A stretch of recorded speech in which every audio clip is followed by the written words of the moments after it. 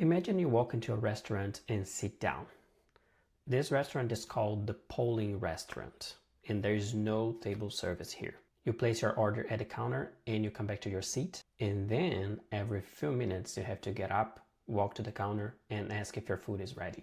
Most times they'll say no, you come back to your seat, and every few minutes you have to do it again. And when your food is ready, nobody actually tells you that. You only found out because you happened to ask at the right moment. Then you pick it up and carry back to your table yourself. However, in the WebSocket restaurant, there's a waiter there for you. You give your order once from your seat and then you sit back. And when the food is ready, the waiter brings your food to you. You never had to get up and you never had to ask. And it sounds just right because from the moment that you walk into the restaurant, you became the guest and the restaurant takes from that. Now, if I tell you that both restaurants charge the same amount, I bet that if you can choose, you will not eat in the first restaurant. However, a big chunk of the internet works based on the first restaurant. I mentioned this to you in the last episode, but in this one, I will show you what it looks like in real life. And I want to show you in websites that you can actually access so you can see the comparison between both approaches. This is W3 School, so if you ever Googled how to do something in HTML or JavaScript, you probably landed here before. It's one of the most popular websites for developers. I'm going to open the developer tools in the network tab and I'll do nothing for a few seconds. Actually, while I'm speaking to you, you can see many requests coming in. Every line that appears here is a connection that is going out to a server, asking a question, getting an answer, and closing the connection. And notice I have done nothing. I didn't click on anything, didn't scroll. I'm just waiting here. Look at how many different domains we have here. These are third-party scripts. They are loaded silently in the background and they belong to different companies. If I filter this out by the word auction, you see that most of these, if not all of them, are related to advertising companies. And every single one of them is doing the same thing, reaching out to their own servers over and over again, trying to figure out who you are and what the next ad is supposed to be. They don't actually talk to each other. They don't coordinate, and this is not one company making a bad decision. This is an entire industry built on top of the same inefficient pattern, and it is playing out silently on almost every page you visit. This is like dozens of people going out to the counter asking if the food is ready, every second for no reason. Now, let me show you another way of doing this. This is Binance, one of the largest cryptocurrency exchanges in the world. Thousands of trades happening every single second. Every price you see here on this page is changing in real time. Think about what that would look like if we used the same approach that we saw in the W3 School website. Thousands of requests per second per user across millions of users. At that stage, the server would be on their knees. Now, in the network tab, filter by other or by WebSocket connections, and you will see this interesting thing. Binance actually creates just one WebSocket connection. Inspect these messages. The server is sending price updates the moment trade happens through this single connection. This is not waiting to be asked. It just talks when it has something to say.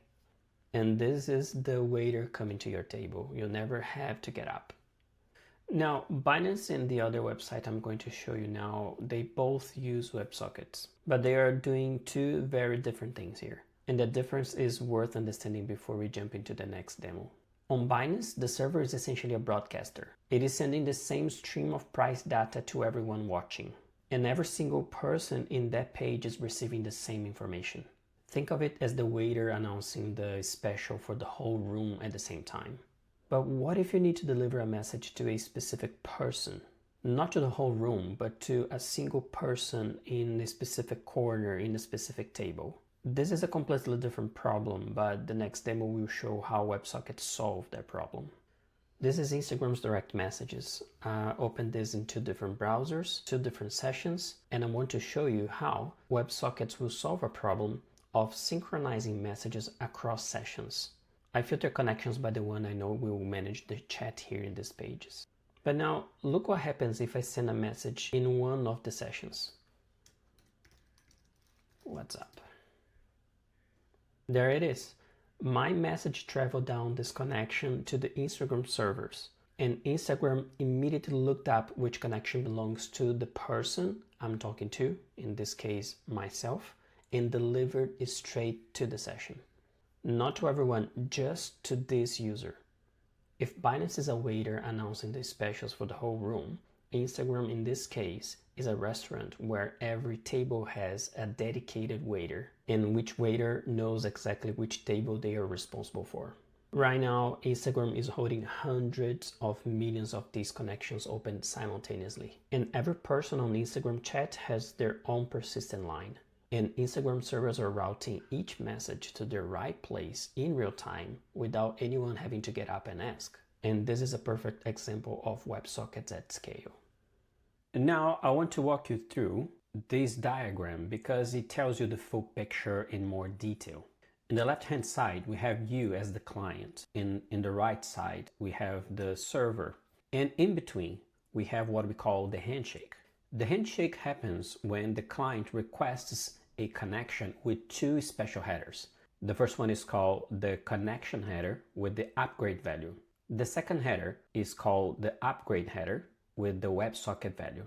By receiving these two headers, the server is capable of understanding that you want a two-way persistent connection, and it responds back with a 101 HTTP code, which is the one that we're looking for to keep that connection persistent.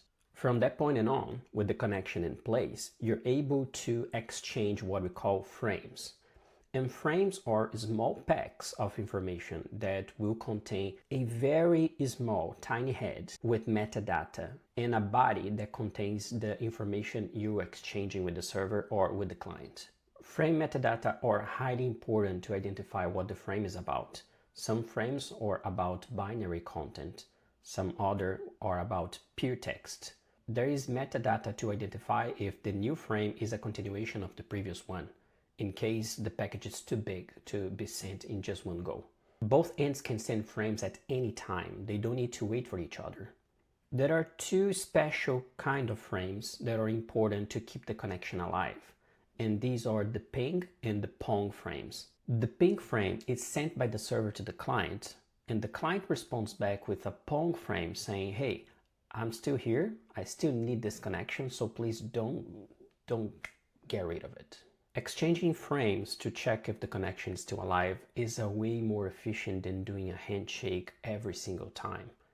And it sends just a small bit of information to do that verification. The handshake is equivalent of getting into the restaurant and waiting for someone to attend you and showing you where you're supposed to sit. Where the verification frame is like the waiter looking to your table from time to time to check if you need anything. And finally, we have the close frames, which is sent by the client, telling the server the intent of closing the connection, and the server echoes back another frame saying, yes, I understand, you want to close this connection, deal done. And this is called the graceful close.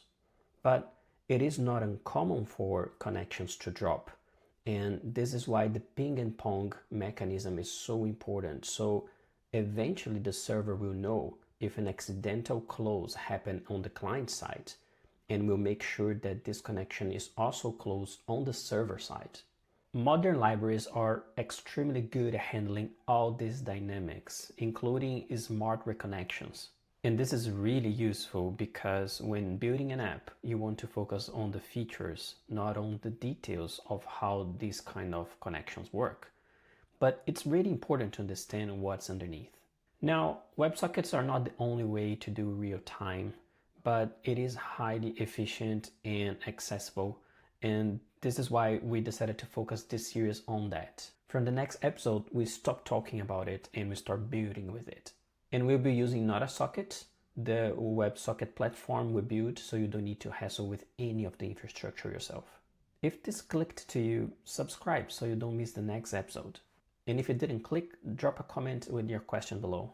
See you in the next one.